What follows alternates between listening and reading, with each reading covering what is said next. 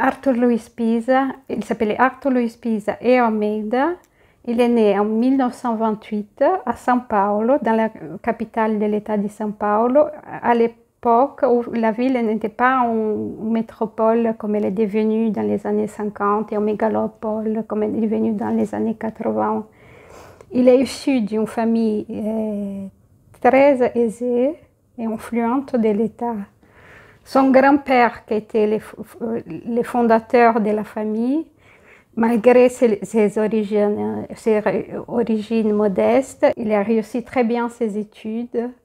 Et après là, il a ouvert un cabinet d'avocat et s'est marié avec une femme très influente de la ville de São Paulo qui s'appelle Júlia Salles, qui c'était la sœur du président de la République du Brésil, de la fin du 19e jusqu'au début du 20e. Il a fréquenté des écoles privées de la ville, très traditionnelles, catholiques, mais à l'âge de 6 ans, il a eu un accident de route gravissime en fait.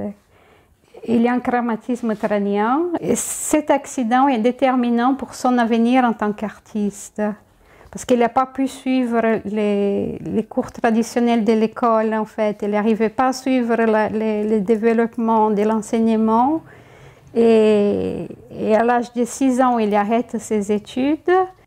Ayant travaillé en dessin, sa famille était très intéressée par son avenir. Lui trouve un atelier d'artiste qui a aussi été très lié à la famille. C'était un grand peintre moderniste qui avait vécu aussi à Paris dans les années 20, qui s'appelle Antonio Gomidi. Chez Gomidi, il a reçu une formation artistique de base assez importante.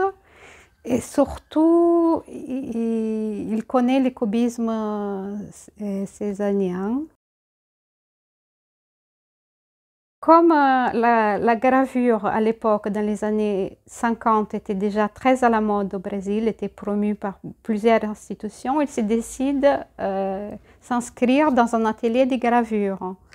Donc, ils s'inscrivent par recommandation d'une autre grande artiste qui était là, Maria Leontina, qui lui a fait connaître, les a fait connaître cet atelier de Johnny Friedlander qui se trouvait dans le 14e à l'impasse du Rouet.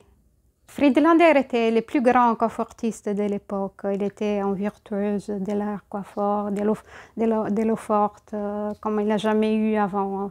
Ce n'étaient pas des graveurs orthodoxes, en fait, déjà à cette époque. Ils mélangeaient les techniques. C'est ça la différence entre l'après-guerre avec la gravure artistique et l'avant la guerre, la gravure professionnelle, où les graveurs étaient professionnalisés dans une technique en fait. L'artiste était plus libre de mélanger, d'inventer des nouvelles techniques. Pisa et sa femme, ils travaillent 2 ans dans l'atelier du Friedlander avec d'autres artistes, surtout de la communauté brésilienne qui à travers lui vient travailler ici. Et au bout de ces 2 ans, il rentre au Brésil et il emporte avec lui, il achète une petite presse pour tirer ses épreuves parce qu'au Brésil, il n'y avait pas d'imprimerie pour tirer les gravures d'artistes à l'époque, spécialisée dans la gravure d'art en fait. Et ces travaux qu'il a fait chez Friedlander, que j'ai compté, sont 23 œuvres. Il a exposé en partie. Elle était sélectionnée pour la 2e édition de la Biennale de São Paulo, qui a eu lieu en 1953. Il rentre à Paris en 1955 et il s'installe à côté de Montparnasse, dans un petit appartement où il est resté longtemps. C'était à côté du nouveau atelier de Friedlander qui se trouvait au rez-de-chaussée de l'imprimerie des Beaux-Arts. Ici, c'était l'atelier de Pisa depuis les années 70, parce qu'avant, il y avait d'autres ateliers à République dans le 14e. Et il habitait à côté, il a acheté ici, quand il s'est libéré ici, pour travailler à côté de la maison.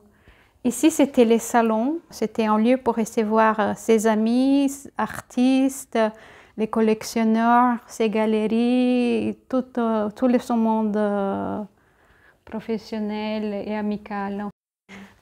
Ça, c'est un tapis brosse que Pisa a conçu dans les années 80, à l'époque de l'art cinétique, où l'important des spectateurs pour l'œuvre. Donc, c'était des éléments géométriques avec des épingles que les spectateurs pouvaient composer l'œuvre comme ils voulaient en fait. Et c'était son atelier de travail qu'ils ont complètement transformé. Il y avait 3 tables de travail, une là qu'il faisait ses reliefs, une ici qu'il travaillait la gravure surtout. Ici, il y avait tous ces instruments pour graver les pointes surtout. Et il y avait toujours la musique chez lui. Il écoutait toujours la musique en travaillant. Et quelle musique? Ah, il a écouté la radio, il a écouté les infos, et un peu de jazz, un peu de la musique classique. Ici, c'est gravé à l'aquatinte. Ici, il donnait des coups des marteaux avec les clous. C'est en phase de passage entre ces gravures et l'aquatinte pour les gravures gravées directement avec les gouges. Ici, ce sont des gouges, tu vois. Ce sont des triangles. C'était l'instrument utilisé par les graveurs sur bois pour épeigner les dessins du bois. Il commence à déchirer, à travailler la plaque sans plus les acides avec les instruments directs qui creusent profondément la plaque pour créer des reliefs lors de l'impression.